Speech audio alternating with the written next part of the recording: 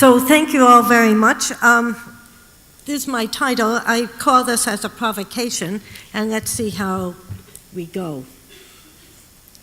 So the first question really is, what are we trying to achieve? And I expect I often pose this as to what are we trying to get to, and with the idea that when we walk backwards, we're trying to know how we've gotten there.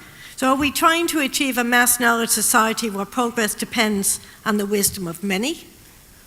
Or an elite knowledge society where the progress depends on the cutting-edge knowledge of the chosen few? And to some extent, I pose that in terms of different strategies around what I call a world-class university versus a world-class system strategy. Now, I'm not really talking about the system strategy here, but I want to look at some of these issues about what do we mean by a world-class university strategy. So, there's no really convincing definition of what we mean by that, despite the fact that the term is widely used. We use this kind of WCU notion. We talk about excellence. But largely what we're looking at is something that is defined largely around rankings, based around the definitions of what constitutes the indicators of rankings, certainly within the top 100, and getting a proportion of our universities within that, a certain proportion. So we see all kinds of strategies around that, maybe just closely nearby, even if we looked at the Russia 5-100 one, well, it's kind of clear what that strategy is all about. It's about getting 5 into the top 100. And so why are governments pursuing this? Well, issues around international reputation and status, both for nations and institutions, as well as for individuals, and I'll come back to what I call academic complicity, the performance assessment of scientific research, the beacon, and it's a clear beacon to attract and retain investment, certainly mobile investment and talent. And we see that also because of the way in which Moody's and other such rating agencies use rankings. It's a clear issue about national geopolitical positioning, and certainly for what we're calling emergent nations, it's impossible to be an emergent nation, let's say such as India, and not be in the high rankings. And international comparability in a global world, it seems to me, is now vital. So what's a rankings-led strategy? What does that constitute?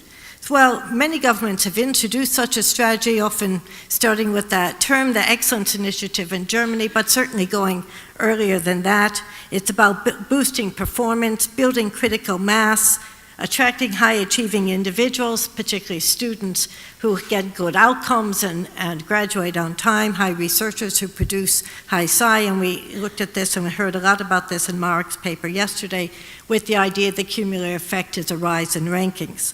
There's an emphasis on picking winners, the performance of the top elite institutions, which creates a perception, wrongly in my view, about system performance. So this is really the question.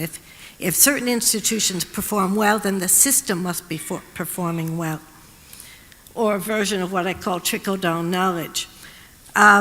Global prestige and reputation become dominant drivers of policy and decision-making rather than other factors, must be like quality or societal impact or equity or whatever.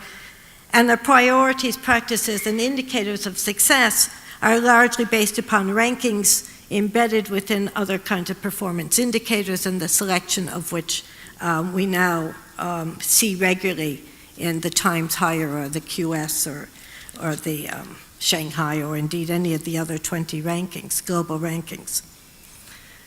So how have we seen this play out? And we've seen this play out in a wide range of ways. There's lots of cumulative evidence over the last almost 20 years of global rankings, and certainly national rankings much more before that.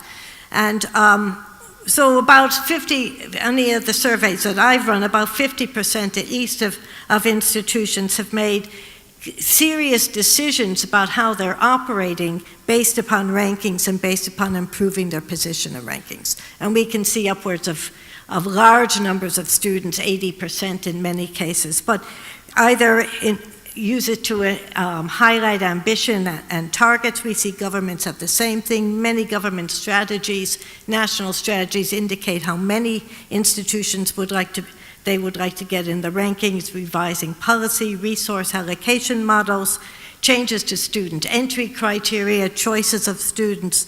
This is from the institution's point, academic recruitment and promotion, identifying underperformers and highlighting reputational disciplines, those that will bring in better, higher rankings. Students, high achievers use them, in particular, what I call the groups who are free to choose, where money isn't a factor, international students particularly, potential partners, all the universities, including your own, use them to join networks and keep others out.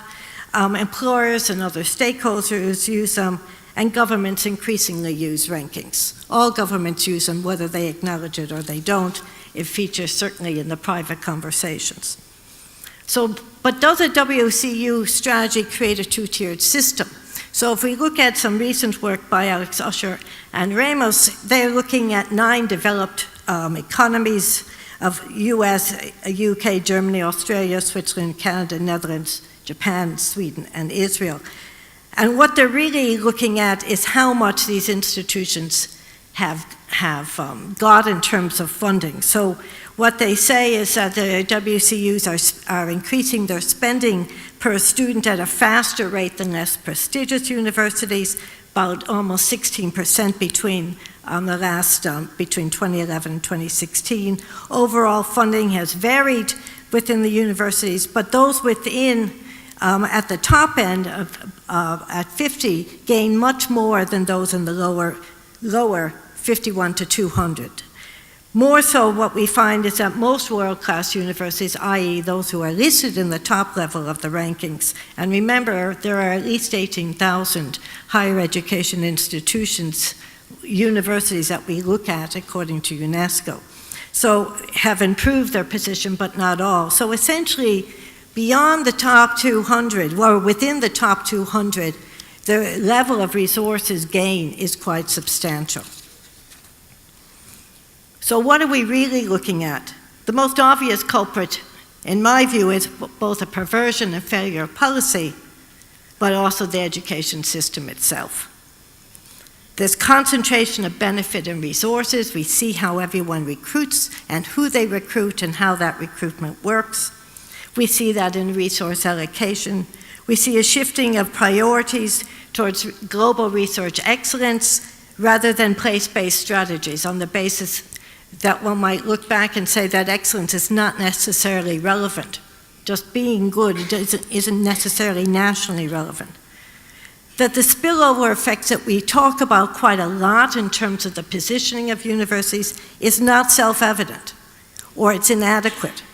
And that universities are predominantly collaborating with international partners and business partners with little evidence or low or no growth locally. So where is that world-class research and what is its impact within the local domain? We see wealthy elite universities, we see that in the concentration of research funding here, but we see particular universities able to maximize their absorptive capacity within the global metropoles, in contrast to lower status universities in sub-regional areas which face huge demographic change and societal and economic challenges. The UK is a really good example of these regional disparities.